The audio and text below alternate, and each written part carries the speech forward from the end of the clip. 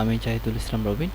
তো আমি আজকে আপনাদের জন্য আরেকটি ফটোশপের টিউটোরিয়াল নিয়ে আসি। সেটা হচ্ছে আমরা কীভাবে জামার মধ্যে বিভিন্ন টি-শার্টে বা বিভিন্ন শার্টের মধ্যে আমরা কীভাবে বিভিন্ন ডিজাইন আমাদের লোগো এবং বিভিন্ন ডিজাইন বসাবো এবং এটাকে কাজ করব, ডিজাইন করব একটি জামার।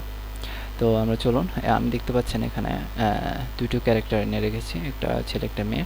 তো এরা দুজনে টি শার্টে কোনো ডিজাইন বা কোনো কিছু নেই। আপনারাও এভাবে যদি কোনো ক্যারেক্টার বা জামা পান তাহলে ওটার মধ্যে এভাবে ডিজাইন করতে পারেন। আমি ক্যারেক্টারগুলো নিয়ে এখানে রাখলাম। দেন আমি আমার লোগোতে চলে যাচ্ছি। আমার একটা লোগো আছে, আমি দেখাচ্ছি যেটা ম্যাচুয়াল হবে আমার মনে হচ্ছে।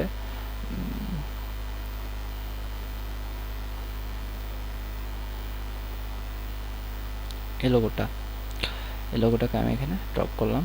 এখন আমি এটাকে, যেহেতু এটা পিএনজি না, আমি এটাকে এটা রেজিস্টারাইজ করতে হবে। তারপর আমি এটাকে রিমুভ করলাম, এটাকে রিমুভ করে এটা রিমুভ করে দিলাম, এটা করলাম, এটাকে রিমুভ করে দিলাম। দেন এখন আমাকে এই যে অংশটা আছে এটাকেও রিমুভ করে দিতে হবে, যেটা এটা খারাপ দেখা যাচ্ছে। এবার আমি এটাকে একটু ঘুরিয়ে দেব।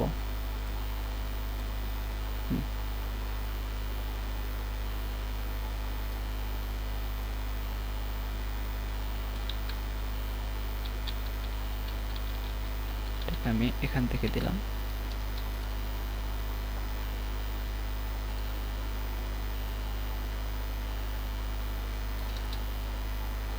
এবার আমি অপরচুনিটি একটু কমিয়ে দেব। দেখা যাচ্ছে কোত্থেকে আমাদের এটা, আমি এটা দিয়ে পলিগন বা পেন টুল দিয়ে পারেন আপনি এটাকে এভাবে রিমুভ করে নেবেন। আমি এটাকে এখান থেকে এভাবে রিমুভ করে নিচ্ছি।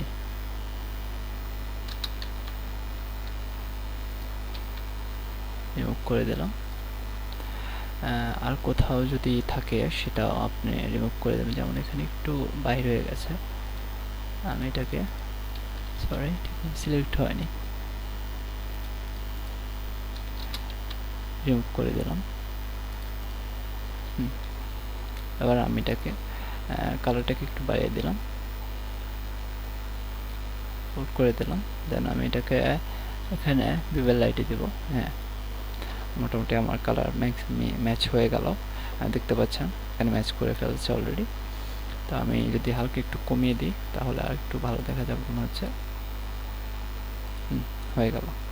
এখন আপনি সেম টু সেম এটাকে আবার অথবা আপনি অন্য একটা লোগো আনতে পারেন এখান থেকে, বা আপনার প্রয়োজন মতো আপনি যে লোগোটা ইউজ করবেন ওটা দিতে পারেন।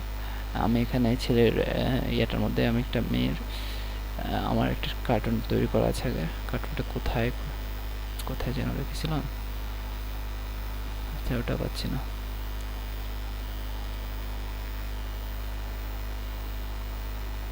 এখানে তো ছিল, আচ্ছা এখানে আছে। আচ্ছা এই কার্টুনটা আমি এখানে বসিয়ে দিই।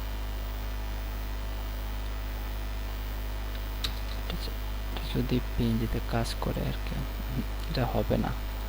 আচ্ছা আমি দেখি একটু রিভার লাইট দিয়ে দেখি।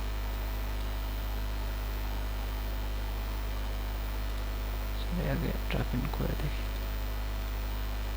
ট্রাফিন করে দিলে শুধু এটা থাকে, বাকিটা থাকে না।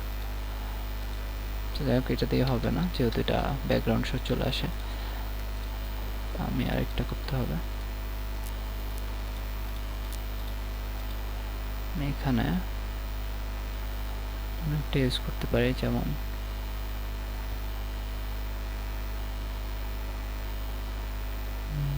খুঁজে পাচ্ছি না, রিমুভ করা যাবে,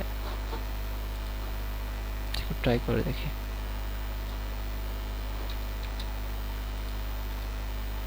আশা করি যাবে। রিমুভ করে দিলাম। দেন আমি এটাকে এখানে পেস্ট করে দিলাম, তার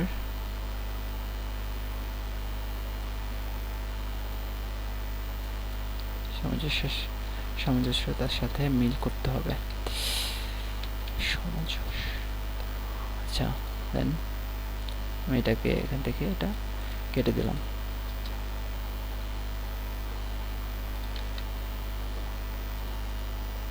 আবার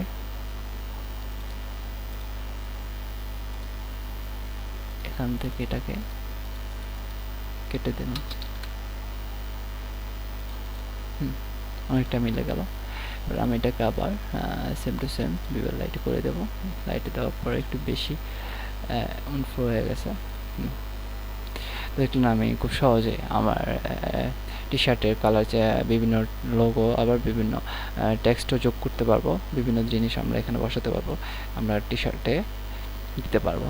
তো দেখলেন আমি খুব সহজেই টি শার্টে ট্যাটু এবং কি আমার নিজস্ব লোগো আমি সেট করতে পারলাম। তো আপনারা এভাবে বিভিন্ন ধরনের ট্যাটু এবং টি শার্টে বসাতে পারবেন, টি শার্টে ডিজাইন করতে পারবেন। তো আশা করি টিউটোরিয়ালটি দেখে আপনাদের উপকৃত হবেন। সবাই ভালো থাকবেন। আসসালামু আলাইকুম।